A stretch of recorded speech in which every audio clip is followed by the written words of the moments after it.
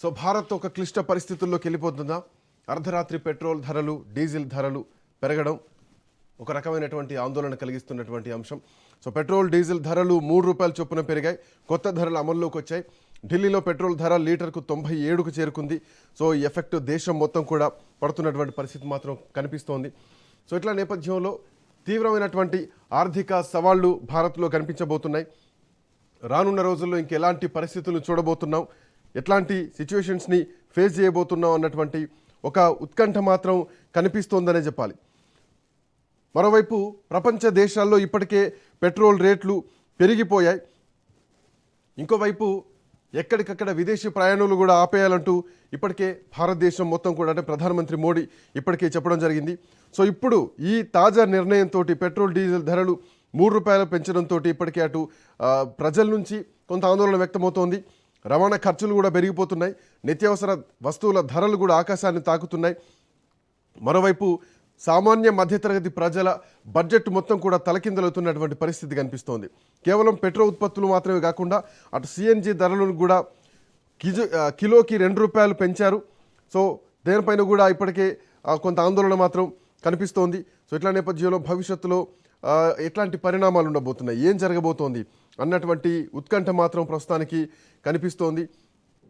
Petrol, diesel ధరలు 3 రూపాయల చొప్పున పెరిగాయి. సో ఇది దేశం మొత్తం కూడా అమల్లోకి వచ్చేసింది అర్ధరాత్రి నుంచి. సో అదే సమయంలో అటు కంపెనీలు ఏవైతే ఉన్నాయో పెట్రోల్ అండ్ డీజిల్ పైన 25 నుంచి 30 రూపాయల నష్టాన్ని కూడా కంపెనీలు ఇప్పటికే భరిస్తున్నాయి. పెట్రోల్, డీజిల్ ధరలతో పాటు ప్రధానమైనటువంటి నగరాల్లో సిఎన్జి ధర కూడా పెరిగింది. 2 రూపాయల కిలో పెరిగింది. సో ఇప్పుడు 1 కిలో ధర గతం కంటే 2 రూపాయలు ఎక్కువగా ఉంది. సో ఇటు సిఎన్జి, అటు పెట్రోల్, ఈ 2 రేట్లు మాత్రం తెలంగాణలో కొంత ఆందోళన కలిగిస్తున్నటువంటి అంశం. రైట్, మా కరెస్పాండెంట్ సునీల్ దీనిపైన మనతో మాట్లాడదాం. మనతో పాటు రామ్మోహన్ రావు గారు జాయిన్ అవుతున్నారు ప్రస్తుతానికి డిబేట్లో. రామ్మోహన్ రావు గారు నమస్తే. ఐ థింక్ మ్యూట్లో ఉన్నట్టున్నారు. రామ్మోహన్ రావు వినిపిస్తుందా? రైట్, అంటే అర్ధరాత్రి, సో ముందు అనౌన్స్మెంట్ ఏమీ లేదు, అర్ధరాత్రి ఈ రేట్లు పెంచడం కొంత ఆందోళన కలిగిస్తుంది. అయితే ఇది ఇక్కడ వరకే చూడాలా, భవిష్యత్తులో ఇంకా పెరిగేటువంటి అవకాశం ఉంది? ఎందుకంటే నాకు తెలిసి అత్యంత లీస్ట్లో ఉన్నది భారతదేశమే. ఇంత తక్కువగా తగ్గించినటువంటి ధర కూడా చూస్తే ఈవెన్ కొన్ని ప్రపంచ దేశాలు మొత్తం కూడా ఆల్మోస్ట్ 50 రూపాయలకు పైగా పెరిగాయి, +50లో ఉన్నాయి పెట్రోల్, డీజిల్ పైన. మయన్మార్ కానీ, ప్రపంచ దేశాలు, లండన్ కానీ, స్వీడన్ కానీ, ఈవెన్ పాకిస్తాన్ కానీ, శ్రీలంక కానీ అన్ని దేశాల్లో కూడా ఇప్పటికే అంతకు మించి పెరుగుతున్నటువంటి పరిస్థితి. సో భారత్ మాత్రమే కేవలం 3 రూపాయలు మాత్రమే పెంచడం జరిగింది. ఒక సౌదీ అరేబియా ఇప్పటి వరకు ఏమాత్రం 1 రూపాయి కూడా పెంచని దేశం ఏదైనా ఉందంటే సౌదీ అరేబియా మాత్రమే. సో ఇట్లాంటి పరిస్థితులు మనం చూడొచ్చు. సో ప్రస్తుతానికి భారత్ ఏ కండిషన్లో ఉందనుకోవచ్చు? శ్రీకాంత్ గారు, మీకు రాజ్ న్యూస్ ప్రేక్షకుల నమస్కారం. ఎప్పుడైనా పన్ను బాధ ఎప్పుడే ఉంటుంది. 1 రూపాయి పెరిగినా కూడా మనకు నష్టమే, కష్టమే అనిపిస్తుంది, కాదు. కానీ మిగతా ప్రపంచ దేశాల్లో ఉన్న పరిస్థితులకు మనం పోల్చుకుంటే మనం చాలా సేఫ్ గానే ఉన్నాం. పెంపును ఎవరు సమర్థించరు, వద్దని అంటాం. కానీ పెంపును అవసరమైనప్పుడు సమర్థించాలంటున్నాడు. రోజుకు 1700 కోట్ల రూపాయలు ఇవాళ ప్రభుత్వానికి నష్టం వస్తుంది. ఆయిల్ కంపెనీస్ అన్ని ప్రభుత్వమే కదా, ఒక 2-3 తక్కువ దానికి అమ్మాలంటే రిలయన్స్ అవి మాత్రమే ఉన్నాయి. కానీ మిగతా కూడా హెచ్పి కానీ, భారత్ కానీ, ఇండియన్ ఆయిల్ కానీ గవర్నమెంట్ కంపెనీస్. కంపెనీలు భరిస్తున్నాయంటే పరోక్షంగా మనం దాని సబ్సిడీ మనం ఇస్తున్నట్టు గవర్నమెంట్ ఆఫ్ ఇండియా ఇస్తుంటే కదా. అందుకని ఈ 3 రూపాయల పెంపుతో ఆగిపోతే పెద్దగా ఆందోళన పడాల్సిన అవసరం లేదు. ఇట్లా ప్రతిరోజు కనుక అంతర్జాతీయ రేట్లకు దీన్ని సవరించుకుంటూ పోతే 30 రూపాయలు పెరుగుతుంటారు మినిమం మన దగ్గర. మీరు అన్నది కరెక్ట్. ఎందుకంటే 30 రూపాయల వరకు మనం భరిస్తున్నాం, 1 లీటర్ మీద మనం నష్టాన్ని భరిస్తున్నాం.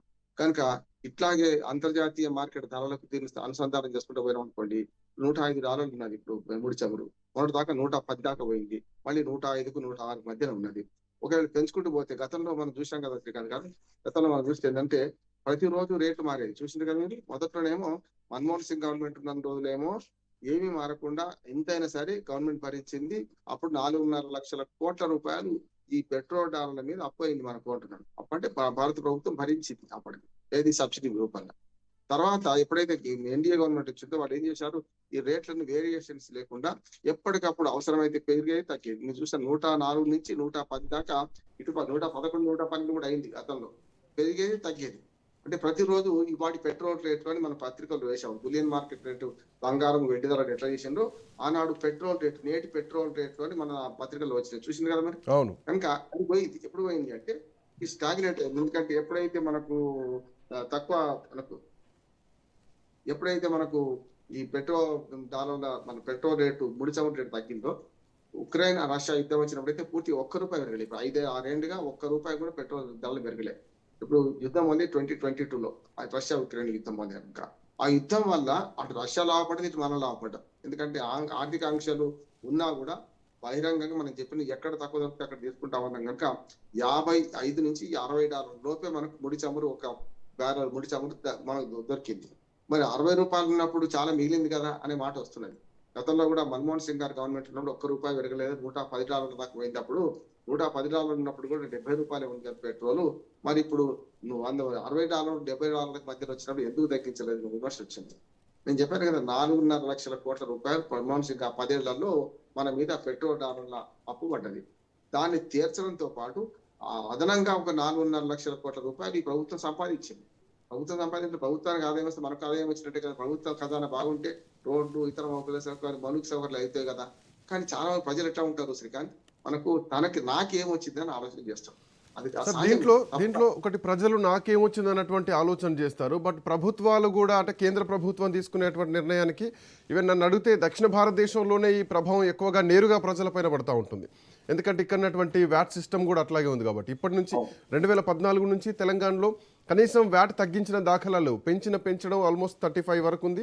అది అట్లాగే కొనసాగుతుంది. సో దీనిపైన రాష్ట్ర ప్రభుత్వం ఏమైనా నిర్ణయం తీసుకునేటువంటి అవకాశం ఉందా ఈ సమయంలో అన్న పాయింట్ పైన కూడా మీరు మీ విశ్లేషణ దీనిపైన తీసుకుంటారు సార్. బిఫోర్ దట్ మా కరెస్పాండెంట్ సునీల్ కూడా మనతో పాటు జాయిన్ అవుతున్నారు. Sunil, good morning. సునీల్, అంటే ఫస్ట్ ఆఫ్ ఆల్ హైదరాబాద్లోనే ఎక్కువగా పెరిగింది. మొత్తం దేశం మొత్తం చూసుకుంటే కనుక అత్యధికంగా పెరిగింది హైదరాబాద్లో, అది తెలంగాణ రాష్ట్రంలో అయితే. ఆ తర్వాత తిరువనంతపురం ఉంది. తెలుగు రాష్ట్రాల్లో ఈ ప్రభావం ఎక్కువగా అనిపిస్తుంది, దక్షిణ భారతదేశంలో ఎక్కువగా అనిపిస్తుంది. ₹110 పైచిలుకు ఉంది పెట్రోల్ రేట్, 0.79 చేంజ్ ఎంతో కనిపిస్తోంది. సో ఎట్లాంటి పరిస్థితుల్లో ఎక్స్పెక్ట్ చేయొచ్చు? What is the situation right now? Yes, ఖచ్చితంగా. ఎందుకంటే దేశం మొత్తం కూడా ప్రయాణికులకు ఒక భారీ షాక్ ఇచ్చిందని చెప్పవచ్చు. ఎందుకంటే ఇప్పటికే 5 రాష్ట్రాల ఎన్నికలు ముగిసిన తర్వాత ఏ క్షణంలోనైనా మనం మొదటి నుంచి రాజ్ చెప్తూనే ఉంది, ఖచ్చితంగా పెట్రోల్, డీజిల్ రేట్లు ఖచ్చితంగా పెరుగుతాయి అని చెప్తూనే ఉన్న నేపథ్యంలో ఈరోజు ఒక్కసారిగా ప్రయాణికులకు భారీ షాక్ ఇచ్చిందని చెప్పవచ్చు. ఇక్కడ మనం 2 ప్రధాన అంశాలు చూసుకున్నట్లయితే, ఒకటి పశ్చిమాసియాలో యుద్ధ ప్రకంపనల నేపథ్యంలో ముడి చమురులకు సంబంధించిన కంపెనీలకు భారీ నష్టం వచ్చిందని ఒక ఇండికేషన్స్ని కేంద్ర ప్రభుత్వం ఇవ్వడం జరిగింది. ఆ తర్వాత బంగారం సుంకాలను గణనీయంగా పెంచింది. ఆ తర్వాత మళ్ళీ ఎప్పుడైతే 5 రాష్ట్రాల ఎన్నికలు ముగిశాయో ఆ తర్వాత వెంటనే అటు భారత ప్రధాని నరేంద్ర మోడీ కావచ్చు, రాష్ట్ర ముఖ్యమంత్రులు కావచ్చు, ఇంధన పొదుపుకు సంబంధించిన అంశంలో తమ వాహనాలని కుదించుతూ వచ్చారు. 13 వాహనాలు ఉన్నటువంటి ప్రధాని వాహనాలు 8కి చేశారు. ఆ తర్వాత ముఖ్యమంత్రులు, మరోవైపు రాష్ట్ర గవర్నర్ సైతం ఈరోజు వాహనాలు కుదించారు. అంటే ఒక ఇండికేషన్స్ ఇస్తూ వస్తున్నారు. దేశం మొత్తం కూడా ఇంధనం కొరత ఏర్పడుతుంది. రాబోయే కాలంలో కేవలం ఈరోజు ₹3 మాత్రమే పెంచింది, కానీ రాబోయే కాలంలో ఈ గణనీయంగా పెంచే అవకాశం ఉన్నట్లు కూడా ఒక ఇండికేషన్స్ అయితే కేంద్ర ప్రభుత్వం చాలా స్పష్టంగా ఇస్తుంది. ఇప్పటికే భారీ నష్టాల్లో ముడి చమురు సంబంధించినటువంటి కంపెనీలు ఉన్నాయని చెప్తుంది. మరోవైపు ఇప్పటికే కొన్ని పెట్రోల్ బంకులో నో స్టాక్ బోర్డులు ఉన్నాయి. ఇంకా చాలా అస్తవ్యవస్థలు పడుతున్నటువంటి దృశ్యాలు మనం చూస్తాం. ఈరోజు ఒక్కసారిగా కేంద్ర ప్రభుత్వం ఇచ్చినటువంటి ఈ యొక్క ధరల పెంపుకు సంబంధించిన విషయంలో ₹3 పెట్రోల్కు, డీజిల్కు 3.9 అంటే పెట్రోల్ ఇప్పుడు ₹110 ఉంటే ₹111 చేరింది. అయితే ఏ రాష్ట్రంలో లేనటువంటి నేపథ్యంలో దక్షిణాది రాష్ట్రాల మీదనే విపరీతంగా ఈ యొక్క భారం అనేది విపరీతంగా పడే అవకాశం ఉంది. కేవలం పెట్రోల్, డీజిల్ ధరలు పెరిగితే కేవలం ప్రయాణికులకు మాత్రమే ఇది ఒక భారంగా చూడాలన్నది. ఎందుకంటే సామాన్య ప్రజలు సైతము ఇది ఒక గుదిబండలా మారే అవకాశం ఉంది. ఎందుకంటే ట్రాన్స్పోర్ట్ సంబంధించిన విషయంలో కావచ్చు, నిత్యావసర వస్తువులకు సంబంధించిన విషయంలో కావచ్చు, కూరగాయలకు సంబంధించిన విషయంలో కూడా పూర్తిగా ఆర్థిక భారం అయితే భారీగా పడే అవకాశం ఉంది. సామాన్య ప్రజలు బ్రతకడానికి కూడా కొంత ఇబ్బందులు కూడా పడే అవకాశం అయితే చాలా స్పష్టంగా కనబడుతుంది. కేంద్ర ప్రభుత్వం ఇప్పటికే అనేక పథకాలు తెస్తున్నప్పుడు కూడా ఈ యొక్క వ్యాట్కి సంబంధించిన విషయంలో, అంటే పెట్రోల్, డీజిల్ ధరలకు సంబంధించిన విషయంలో రోజుకు కోట్ల రూపాయలు నష్టం వాటిల్తుందని ఓవైపు కేంద్రం చెప్తున్నప్పుడు కూడా పథకాలకు సంబంధించిన విషయంలో వీటిని ప్రజల మీద ఎందుకు భారం వేస్తున్నారు, ప్రజల నుంచి ఎందుకు వసూలు చేస్తున్నారు పన్నుల విషయంలో, కంపెనీలకు ఈ యొక్క ప్రజల మీద వేసేటువంటి పన్నుల భారాన్ని ఎందుకు తగ్గించడం లేదనే చర్చ కూడా దేశవ్యాప్తంగా విపరీతంగా కొనసాగుతుంది. కేవలం కాన్వాయ్లను అదేవిధంగా వారికి సంబంధించినటువంటి ఇంధన పొదుపు చేస్తే మాత్రం సరిపోదు, కానీ ఇది ప్రజల మీద భారం పడకుండా చూడాల్సిన బాధ్యత కేంద్ర ప్రభుత్వం మీద ఉంది. ఎందుకంటే ఇప్పటికీ 3 సార్ల ప్రధానమంత్రిగా ఉన్నటువంటి నరేంద్ర మోడీ ఇప్పటికైనా కేంద్రం ఈ విషయంలో అంటే సామాన్య ప్రజల మీద, ముఖ్యంగా అట్టడుగు బడుగు బలహీన వర్గాల మీద విపరీతంగా పడే అవకాశం ఉంది. కాబట్టి ఎందుకంటే కూరగాయలు, నిత్యావసర వస్తువులు, రోజువారీ కూలీలకు సంబంధించిన విషయంలో కూడా తీవ్రంగా నష్టం పడి ఆర్థికంగా భారం పెరిగే అవకాశం ఉంది. కాబట్టి దీనికి సంబంధించిన విషయంలో కూడా కేంద్ర ప్రభుత్వం ఖచ్చితంగా ఆలోచించవలసిన అవసరం ఉంది. 5 రాష్ట్రాల ఎన్నికలు ఎప్పుడైతే కంప్లీట్ అయ్యాయో ఆ వెంటనే ఖచ్చితంగా బంగారం మీద సుంకం విపరీతంగా పెంచింది. మరోవైపు ఇప్పుడు మనం చూడొచ్చు పెట్రోల్, డీజిల్ ధర మీద కూడా విపరీతంగా కేంద్ర ప్రభుత్వము భారం విధించింది. కాబట్టి ఈ భారం ఇంకా మరింత ఫ్యూచర్లో కూడా మరింత పెరిగే అవకాశం కూడా చాలా స్పష్టంగా కడుతుంది. ఎందుకంటే దక్షిణాది రాష్ట్రాలు ముఖ్యంగా వ్యాట్ విషయంలో వచ్చే ట్యాక్స్ విషయంలోకి వచ్చినట్లయితే రాష్ట్ర ప్రభుత్వాలు కావచ్చు, కేంద్ర ప్రభుత్వాలు కావచ్చు ట్యాక్స్ విపరీతంగా తీసుకుంటున్నది. ఆ ట్యాక్స్ని తగ్గించే యోచనలో ఎందుకు రాష్ట్ర ప్రభుత్వాలు కావచ్చు, కేంద్ర ప్రభుత్వం కూడా ఎందుకు ఆలోచించడం లేదనే చర్చ కూడా నిపుణులు కూడా వ్యక్తం చేస్తున్న పరిస్థితి మాత్రం కనబడుతుంది. మొత్తం మీద శ్రీకాంత్, ఇది ఒక విషయం మాత్రం అంటే దేశవ్యాప్తంగా ప్రజలకు ఒక గుదిబండలా మారినటువంటి సిచ్యువేషన్ అయితే కనబడుతుందని చెప్పవచ్చు. Srikanth, right, thank you Sunil, thanks for joining. But Rammohan Rao garu, వాస్తవానికి ఇప్పుడు ఎఫెక్ట్ నేరుగా ప్రజలపైనే పడుతుంది. సో భారతదేశంలో అత్యధిక వ్యాట్ ఎక్కడుందా అంటే తెలంగాణ రాష్ట్రంలోనే ఉంది, 35.7 చేంజ్ ఎంతో కనిపిస్తుంది. ఆ తర్వాత కేరళ రాష్ట్రం ఉంది, 32.32 రూపీస్ పైగా ఉంది. సో రాష్ట్ర ప్రభుత్వాలు ఏమైనా నిర్ణయం తీసుకునేటువంటి అవకాశం ఉంటుంది, ఎందుకంటే ప్రతి సంవత్సరం కొంచెం హెచ్చుతగ్గులు ఉండాలి. బట్ తెలంగాణలో ఇప్పటికీ 3వ దశ, ఇప్పటికీ 3 ప్రభుత్వాలు మారాయి, బట్ అదే వ్యాట్ కొనసాగుతోంది, ఎక్కడ కూడా మార్పు రాలేదు. ఈ సంక్షోభ సమయంలో నేరుగా ప్రజలపైన భారం పడకుండా ప్రభుత్వాలు ఏమైనా నిర్ణయం తీసుకునేటువంటి అవకాశం ఉందా? రాష్ట్ర ప్రభుత్వాలు ఎట్లా చూడవచ్చు ఈ అంశాన్ని? నేను మొదటి నుంచి వాదిస్తుంది శ్రీకాంత్. ఇప్పుడు మనకు జిఎస్టీ పరిధిలో 2 పెద్దవి, ఒకటి మద్యము, రెండోది పెట్రోల్, డీజిల్. ఈ 2 జిఎస్టీ పరిధిలో లేవు. మొదటి నుంచి మేము పోరాడుతుంది ఏంటంటే జిఎస్టీ పరిధిలోకి తీసుకురండి, మాక్సిమం జిఎస్టీ 25%, అంతే కదా. కానీ ఇప్పుడు ఏంటంటే 50% పైగా ఈ పనులే ఉన్నాయి. కేంద్ర రాష్ట్ర పన్నులు, అటు ఎక్సైజ్ డ్యూటీ, ఇటు పక్క వ్యాట్, ఈ 2 కూడా. వ్యాట్ పూర్తిగా మనకు గవర్నమెంట్, మన స్టేట్ గవర్నమెంట్స్ పోతుంది. ఎక్సైజ్ డ్యూటీ ఏమో మన సెంట్రల్ గవర్నమెంట్ పోతుంది. ఈ 2 కలిపితే 50%. అంటే ఇవాళ 110 రూపాయలు పెట్రోల్ పెడుతున్నాం అంటే 55 రూపాయలు ట్యాక్సే. ఒరిజినల్ 55 రూపాయలు మన పెట్రోల్ రావాలి, కానీ ట్యాక్స్ లేకుండా అయితే అమ్మదు కదా. అంటే మనకు మన మద్యం మీద ఎట్లాంటి దుర్మార్గమైన అవలంబిస్తుందో దీని మీద కూడా అదే అవలంబిస్తున్నారు అంటున్నారు. ఇక్కడికి వచ్చాక ఏంటంటే మనకు వ్యాట్ ట్యాక్స్ గతంలో కర్ణాటక, బీజేపీ ప్రభుత్వ రాష్ట్రాలు తగ్గించినాయి. మీరు చూడండి, గతంలో కర్ణాటకలో బీజేపీ ప్రభుత్వం ఉన్నప్పుడు మనకు 10 రూపాయలు తేడా ఉండే మనకు కర్ణాటక మధ్య. అవునవును, అంటే మొన్నటి వరకు మధ్యప్రదేశ్, ఉత్తరప్రదేశ్ లో కూడా చాలా చేంజెస్ ఉండే. బీజేపీ పాలిత రాష్ట్రాలన్నీ కూడా 10 రూపాయలు వాళ్ళు రాయితీ ఇచ్చేసిండు దాని మీద. అంటే మినిమం 10 రూపాయలు పడకుండా చేసిండు. ఇప్పటికీ ఢిల్లీ రేటు అని చూసుకుంటే 100 లోపే ఉంది, ఎక్కడ 100 దాటి ఏం లేవు. మన దగ్గర మాత్రమే 111 అయింది. 110 రూపాయల 86 పైసలు అయింది. అంటే 16 పైసలు ఏమున్నది, 111 రూపాయలు అంటే మన దగ్గర అయింది. ఇప్పుడు గతంలో 3 పెంచారు. మొన్న మనకు 3 రూపాయలు ఈ ఎక్సైజ్ లో ట్యాక్స్ రాయితీ ఇచ్చేది గవర్నమెంట్ ఆఫ్ ఇండియా, అందరికి వచ్చినాయి. అంటే 3 రూపాయలు తగ్గించారు మొన్న, ఇప్పుడు ఆ 3 రూపాయలు పెంచినట్టు లెక్క. ఇప్పుడు ఏంటంటే ఏదైతే తగ్గించిందో 3 రూపాయలు తగ్గిస్తే మనకి అర్థం కాలే. తగ్గించింది ఏందో 107 రూపాయలు పెట్టడం అట్లాగే ఉన్నది కదా. వాళ్ళ ఆదాయం తగ్గించుకున్నారు, అంటే వచ్చే ఆదాయం తగ్గించుకున్నారు. సరిగ్గా దాన్ని ఇప్పుడు ప్రజల మీద వేసింది. అంటే దాన్ని మనం ఇట్లా అర్థం చేసుకోవాలి. దాకానేమో ఎలక్షన్ ఫేజ్ వరకు నడిపించారు అంతే. మనం ఇప్పుడు అనుకుంది, ఊహించింది 15 రోజుల క్రితం జరుగుతుంది అనుకున్నాం. ఏప్రిల్ 29 ఎన్నికలు కానీ 30 నాడు పెంచుతాం అనుకున్నారు, పెంచలేదు. తర్వాత 4వ తారీఖు అన్నారు, రిజల్ట్స్ తో పని ఏం లేదు. 4 పోయి 10 రోజులు మాత్రం ఆగింది ఇప్పటిదాకా. ఈ 10 రోజుల్లో కూడా మొన్నటి దాకా ఎక్సైజ్ డ్యూటీ ఏదైతే 3 రూపాయలు రాయితీ ఇచ్చిందో ఆ రాయితీని మనం వెనక్కి తీసుకున్నట్టు లెక్క, అంతే కదా. 3 రూపాయలు రాయితీ ఇచ్చినప్పుడు సంతోషపడ్డాం మనం. అంటే మనకు ఒరిజినల్ కి మనకు రాలేదు, మన ఎవరైతే వినియోగదారులకు రాలే ఆ 3 రూపాయలు, గవర్నమెంట్ నష్టమైంది. కానీ ఇప్పుడు ఏంటంటే మన నుంచి ఆ 3 రూపాయలు వసూలు చేస్తున్నారు, అది నష్టమే కాదండి. ఒక పెట్రోల్ డీజిల్ అంటే కార్లకు మాత్రమే, వీటికి మాత్రమే, బైకులకు మాత్రమే కాదు, ఎవరి మీద ఆధార పడుతుంది. కూరగాయల నుంచి మందు పెడితే ప్రతి నిత్యావసర వస్తువు మీద భారం పడతాయి, కాదట్లేదు.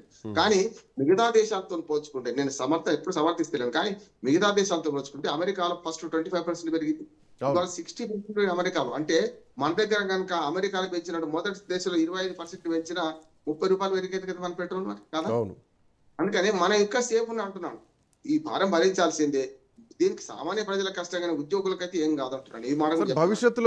భవిష్యత్తులో కూడా ఈ రేట్లు పెరిగేటువంటి అవకాశం ఉందని చెప్పేసి నిన్నటి నుంచి మీలాంటి కొంతమంది నిపుణులు విశ్లేషకులు మాట్లాడుతున్నారు. ఆఫ్ కోర్స్ భారతదేశంలో కూడా 25 నుంచి 30 రూపాయల వరకు కూడా పెరిగేటువంటి ఆ ఘంటిగలు కనిపిస్తున్నాయన్నది కూడా ఒక మాట వినిపిస్తుంది. బట్ అదే జరిగితే సుంకాన్ని ఏమైనా తగ్గించేటువంటి అవకాశం ఉంటుందా? మళ్ళీ వ్యాట్లలో రాష్ట్ర ప్రభుత్వాలు ఏమైనా చేంజెస్ చేస్తాయా? సుంకాన్ని మొన్నే తగ్గించారు కదా, తగ్గించిన సుంకాన్ని ఇప్పుడు మన దగ్గర నుంచి వసూలు చేసుకుంటారు అంతే. ఈ నెల 2 నెలల నుంచి ఆ 3 రూపాయల సుంకం కేంద్ర ప్రభుత్వం తగ్గించింది. ఇప్పుడు రాష్ట్ర ప్రభుత్వానికి నా విజ్ఞప్తి ఏంటంటే, మీరు కేంద్రం పెంచినప్పుడల్లా విమర్శిస్తున్నారు కదా, మీరు ఆ 3 రూపాయలు భరించండి నేను అంటున్నాను రాష్ట్ర ప్రభుత్వానికి కదా. ఇప్పుడు కేంద్రం 3 రూపాయలు భరించింది, మీరు 3 రూపాయలు భరించండి, నష్టం ఏమన్నా కదా. బ్యాక్ ట్యాక్స్ మొత్తం కేంద్రం రాష్ట్ర ప్రభుత్వానికి పోతుంది, మీరు ఆ 3 రూపాయలు భరించండి, నష్టం ఏంది అంటున్నాను నేను. కనీసం అంటే మిగతా రాష్ట్రాలు చేసినప్పుడు మీరు ఎందుకు చేయరు అని. రెండు ఇక్కడ కాంగ్రెస్ ప్రభుత్వం ఉన్నది, అక్కడ మన ఎన్డీఏ కుటుంబ ప్రభుత్వం ఉంది కదా, నిర్ణయాలు తీసుకుంటున్నారు చూడాలి. నేను దీన్ని ఎట్లా ఓవరాల్ చూడాలంటే, ఈ 30 బదులు 3 పెంచిలు సంతోషపడదామా, లేకపోతే మరే 30 విరుద్ధాన్ని బాధపడదామా అంటే, పెట్రోల్ డీజిల్ విషయంలో మాత్రం పెట్రోల్ మన చమురు ఉత్పత్తుల విషయంలో మన చేతిలో లేవు, ధరలు మన చేతిలో లేవు. కానీ అంత తగ్గట్టు పెంచితే మాత్రం ఖచ్చితంగా మీరు 30 రూపాయలు పెంచాల్సి వస్తుంది కనుక 30 రూపాయలు పెంచాలని సంతోషపడదాం. ఈ 3 రూపాయలు పెంచిన దాన్ని కూడా రాష్ట్ర ప్రభుత్వాలు కొంచెం భరించి ఆదాయం తక్కువ చేసుకునే పరిస్థితి బాగుంటుండే. అన్నిటికంటే పరిష్కారం ఇక్కడ లేదంటే, పరిష్కారం ఏంటంటే 100 రూపాయలు పెట్రోల్ డీజిల్ ఉండాలనుకుంటే మీరు ఏదైతే జిఎస్టీ పద్ధతిలో తీసుకురండి, హైయెస్ట్ జిఎస్టీ వేయండి. 28% ఉంది శ్రీకాంత్ ఇప్పుడు హైయెస్ట్ జిఎస్టీ 28 70 రూపాయలు 80 రూపాయలకి పెట్రోల్ దొరుకుతుంది మనకు అంటున్నాడు. అంటే కేంద్రం మీద నెపం మోపుతూ రాష్ట్ర ప్రభుత్వాలు, రాష్ట్రం మీద నెపం మోపుతూ కేంద్ర ప్రభుత్వాలు ఈ 2 ట్యాక్సులు వాయగొడుతున్నారు. 2 మన మధ్యలో కనుక అటు డోలు కనుక 2 దిక్కుల దెబ్బ కొడుతున్నారు కదా. అందుకని ట్యాక్సెస్ విధానంలో ఇవన్నీ వట్టి మాటలు. ఎందుకంటే ఒక్కొక్క రాష్ట్రంలో ఒక్కొక్క ట్యాక్స్ ఉండడం వల్ల కష్టం అవుతుంది. దేశం అంతా జిఎస్టీ వచ్చింది కదా, దేశం అంతా ఒకటే ఆధార్ కార్డు కదా, దేశం అంతా ఒకటే చట్టం కదా. నేనేమంటాను, జిఎస్టీ పద్ధతిలో తీసుకురండి, ఆటోమేటిక్ గా ఈ సస్పెన్షన్ ఉండవు. రాష్ట్రం మీద కేంద్రం మాట్లాడడం, కేంద్రం మీద రాష్ట్రం మాట్లాడడం ఉండదు అనుకున్నాను. అప్పుడు ఈజీగా పరిష్కారం కూడా దొరుకుతుంది అనుకున్నాను. పోనీ 25 కాదు, మీరు ఇప్పుడు 50% పడుతున్నాయి కదా 2 ట్యాక్స్లు కలిసి, 30% వేయండి, నష్టం ఏంటి, దానికి స్పెషల్ స్లాబ్ పెట్టండి. దీనికి ఒక్కదానికి అంటే నేను మద్యానికి కూడా, మద్యం వ్యాపారంలో కూడా అది పెట్టండి, ఫిక్స్డ్ పెట్టేసేయండి. ఈ రెండింటికి అదనంగా ఒక స్లాబ్ పెడుతున్నాం అని చెప్పండి. మొన్నదాని విషయంగా స్లాబ్ తగ్గించారు కదా, 18 స్లాబ్ 30, 28, 18 తర్వాత 5, 12 లేదు, 12 తీసేసింది చూసినాం కదా మనం. కనుక అట్లే మీరు ఒక కొత్త స్లాబ్ పెట్టండి, 25 వేస్తారా 30 పెడతారా పెట్టండి, 35 పెట్టినా ఇప్పుడు కన్నా తక్కువ అవుతుంది మనకు. ఏది 50% పెట్టండి. ఉభయ రాష్ట్రాలు, రాష్ట్రం కేంద్రం 2 పరిస్థితున్నాయి కనుక. ఇక నేనేమంటాను అంటే, ఇప్పుడు ఓడ దాటి నది దాటినాక ఓడమల్ల, తర్వాత బోడిమల్ల అంటే అన్ని ప్రభుత్వాలు గతంలో కాంగ్రెస్ ఏం చేసింది, ఇప్పుడు బీజేపీ ఏం చేస్తుంది అంటే ఇద్దరే కదా, రెండే కదా మొత్తం ఈ దేశంలో ఇప్పటిదాకా ప్రభుత్వాలు ఉన్నాయి. సరే, అంటే ఇప్పటి వరకు ఈ 3 రూపాయలతోటే నష్టం రికవర్ అవుతుందా అంటే అయ్యేటువంటి పరిస్థితి మాత్రం కనిపిస్తలేదు. సో దరిదాపు ఉన్నటువంటి అవునవును అదే కనిపిస్తోంది. రోజుకు దరిదాపు ఒక 1500-1600 కోట్ల రూపాయలు నష్టం వస్తుంది అనుకోవచ్చు సార్ పర్ డే ఆయిల్ కంపెనీలకు. సో ఈ లెక్కన 1700 కోట్ల రూపాయలు అంటే దీని వినియోగాన్ని బట్టి లెక్కలు చేశారు. 1700 చిల్లర. ఈ లెక్కన ఇప్పటి వరకు ఎంత నష్టం వచ్చి ఉండొచ్చు? 1,00,000 కోట్లు పోయి ఉండొచ్చా? 30-40 వేల కోట్లు ఉండొచ్చా? రోజుకు 1700 కోట్ల రూపాయలు చూడండి. అంటే సంవత్సరం నెలకు 30 రోజులు కదా, అంటే 30-40 వేల కోట్లు నష్టం వచ్చినట్టే కదా. ఇప్పుడు 40-45 వేల కోట్లు, 17 ముళ్ళు 50 వేల కోట్లు నష్టం వచ్చినట్టే. ఈ 50 వేల కోట్ల పీరియడ్స్ కదా. 3 రూపాయలు పెంచడం అంటే ఎంత వస్తుంది అంటే, అందులో 30 రూపాయలు పెంచాల్సింది 3 రూపాయలు పెంచడం 10% ఎక్కువ లెక్క కాదు, 5,000 కోట్లు వచ్చినట్టు లెక్క అంతే. కనుక ఈ పెంచడాన్ని ఎవరు సమర్థించరు, కానీ దీనివల్ల ఇతర పరిణామాలు ఉంటాయి. కానీ తప్పదు అంటున్నాను, పెంచడం తప్పదు. కానీ ఈ 3 రూపాయలతో ఆగుతుందా, 30 రూపాయలు దాకపోతుందా అని సమస్య. అందుకని ఇప్పుడున్నటువంటి పరిస్థితుల్లో సార్, అంటే మన చర్చలో కానీ జరుగుతున్నటువంటి వాస్తవ పరిణామాలు చూస్తే 3 రూపాయలతో ఆగేటువంటి పరిస్థితి మాత్రం కనిపించట్లేదు. సో ఇన్ని వారాల పాటు కొంతవరకు ప్రజల్ని కాపాడుకుంటూ వచ్చినా కానీ, సో ఇప్పుడు ప్రపంచవ్యాప్తంగా ఉన్నటువంటి సంక్షోభాన్ని తట్టుకునేటువంటి పరిస్థితి మాత్రం భారత్లో కనిపించట్లేదు. ఆల్మోస్ట్ ఇప్పటికే $100 పైచిలకు బ్యారెల్కు చేరుకుంది, స్పష్టంగా కనిపిస్తోంది. సో వీటిపైన చూస్తే అటు రూపాయి పరిస్థితి కూడా రికార్డ్ స్థాయిలో పడిపోయింది. సో వీటన్నింటినీ కలిపి చూస్తే మేబీ 1,00,000 కోట్ల వరకు పోయేటువంటి ప్రమాదంలో ఉందేమో భారత్ అన్నటువంటి ఒక సంకేతాలు కనిపిస్తున్నాయి. ఉన్నది కానీ మిగతా దేశాలతో పోల్చుకుంటే, పాకిస్తాన్ తో కానీ ఆఖరికి అమెరికాతో పోల్చుకున్నా కూడా మనం చాలా సేఫ్ జోన్లో ఉన్నట్టు లెక్క అంటున్నాడు. రెండోది ఏంటంటే, ఇప్పుడు అంటే 3 సార్ రూపాయలతో ఈ సేఫ్ ఇప్పటి వరకే ఈ సేఫ్ చూడొచ్చా, భవిష్యత్తులో కూడా చూడొచ్చా? ఎందుకంటే భారతదేశం మాత్రమే ప్రస్తుతానికి చాలా లీస్ట్ లో ఉన్నాం 3 రూపాయలు పెంచి. సో ఇది నాకు తెలిసి 10-15 రోజుల్లో ఇంకా వాటితో ఈక్వల్ గా అయ్యేటువంటి పరిస్థితి కనిపిస్తోంది. నాకు చిన్న ఆశ ఉంది. ఏంటంటే రష్యాతో మళ్ళీ ఒప్పందం కుదురుతుంది, రష్యా కొంత సాయం చేస్తా ఉంటుంది.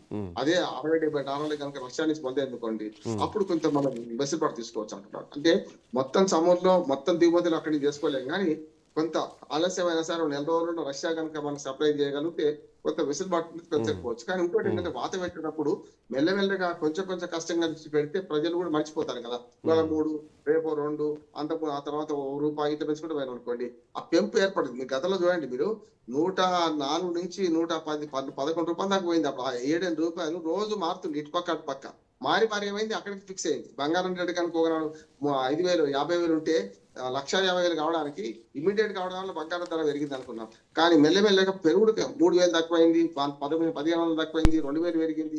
అది పెరుగుకుంటే ఏమైంది, లక్షణాలు చేరుకుంది కదా. అట్లానే మీరు అన్న ₹30 నింపుకోకపోవచ్చు, కానీ ₹2-2 భారం తెలవకుండా వేసుకుంటూ తెల్లారి కల్లా నిన్న 105 ఉంది, 110, 111 అయింది. సరే రేపు 113 అయింది అనుకోండి, పెద్దగా మనకి ఏం తేడా తెలియదు అంటున్నాను. ఆ పెంపుని ఇప్పుడు ఫస్ట్ పెంచినప్పుడు మాత్రమే బాగా అసరపడేది అనిపిస్తుంది, కానీ రోజు ₹1-1.5 పెంచిన అనుకోండి, మనకి ఏమీ తెలియదు, పెరిగే కాడ తెలియదు అంటున్నాం. అదే చేస్తారు. ఇప్పుడు చాణక్యుడు ఇదివరకు అర్థశాస్త్రంలో అదే చెప్పిండు, పన్ను నొప్పి తెలియకుండా, అంటే ఈ పన్ను కాదు, ఆ ట్యాక్స్ పన్ను నొప్పి తెలియకుండా ప్రజల నుంచి ఈ పన్ను ఎలా వసూలు చేయాలి అని అర్థశాస్త్రాలు రచించిండు ఆయన.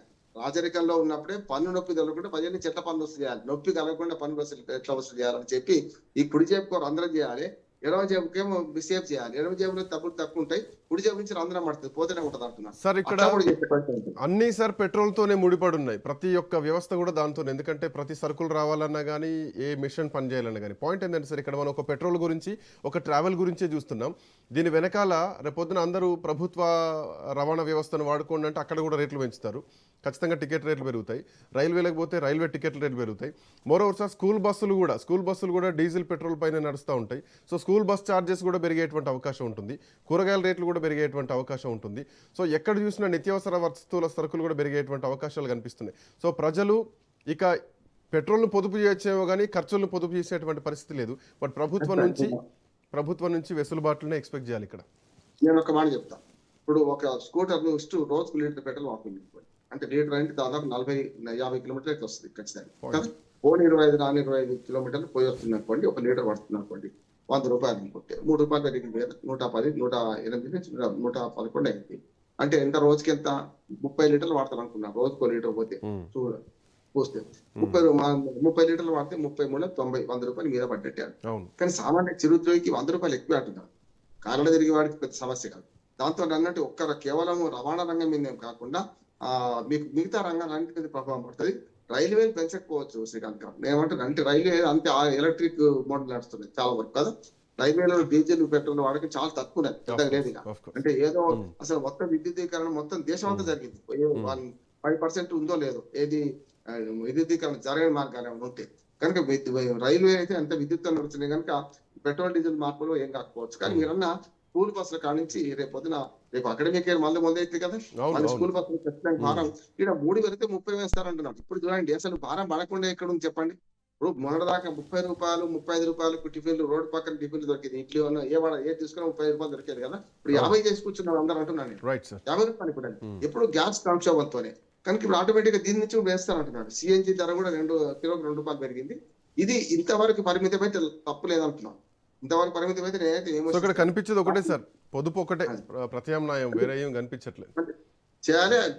పాకిస్తాన్ లాగా మనం ప్రభుత్వ ఆఫీసులలో కూడా సీలింగ్ పెట్టాలంటున్నాం. గతంలో ఎమర్జెన్సీ పీరియడ్ లో స్పష్టంగా అధికారులు కూడా పెట్రోల్ డీజిల్ వాడకుండా చేయమన్నారు. చాలా వరకు ప్రాంప్ట్ ఆఫీస్ కు రమ్మన్నారు, సైకిల్ వ్యవస్థ ఇతర మార్గాలు ఎంచుకోమన్నారు. ఇప్పుడు కూడా అక్కడికే వస్తుంది. ప్రపంచం అంతా ఈ సంక్షోభంలో మన ఒక్క దేశం సంక్షోభం అయితే వేరుగా మాట్లాడవచ్చు. ప్రపంచం అంతా సంక్షోభం ఉంది కనుక మిగతా దేశాల కంటే మనం మెరుగ్గానే ఉన్నామని సంతోషపడుతూనే ఈ పెంపుకు బాధ వ్యక్తం చేస్తూనే మనం ముగించాల్సి అంతకని ఏం లేదు. మనం ఇంకా పెంచకుంటుంటే నయమని మనం అనుకోవాలి. Let's see sir, hope for best. Thanks for joining Raman Rao garu. So ప్రపంచవ్యాప్తంగా సంక్షోభం నడుస్తోంది. ప్రపంచంలో అత్యధికంగా మయన్మార్ ₹89 వాళ్ళ కరెన్సీ ప్రకారం పెరిగితే, అత్యల్పంగా భారతదేశం కేవలం ₹3 పెంచింది. బట్ ఇది 3 తోటి ఆగేటువంటి పరిస్థితి లేదు. ఖచ్చితంగా ₹30 పైగా పెరిగేటువంటి అవకాశం ఉంది అని నిపుణులు చెప్తున్నటువంటి మాట. సో సంక్షోభ సమయంలో కేవలం పొదుపు తప్ప ఇంకొక ప్రత్యామ్నాయం లేదు. ప్రభుత్వాలు కూడా ఏమి చేసేటువంటి పరిస్థితి లేదు. మధ్యప్రాచ్యంలో యుద్ధం కొనసాగుతున్నటువంటి సమయంలో ఎవరికి వారు పొదుపుగా ఉండడమే ప్రస్తుతానికి మనం చేయాల్సినటువంటి బాధ్యత. That's all for now. Next updates continue అయితే కీప్ వాచింగ్ రాజ్ న్యూస్.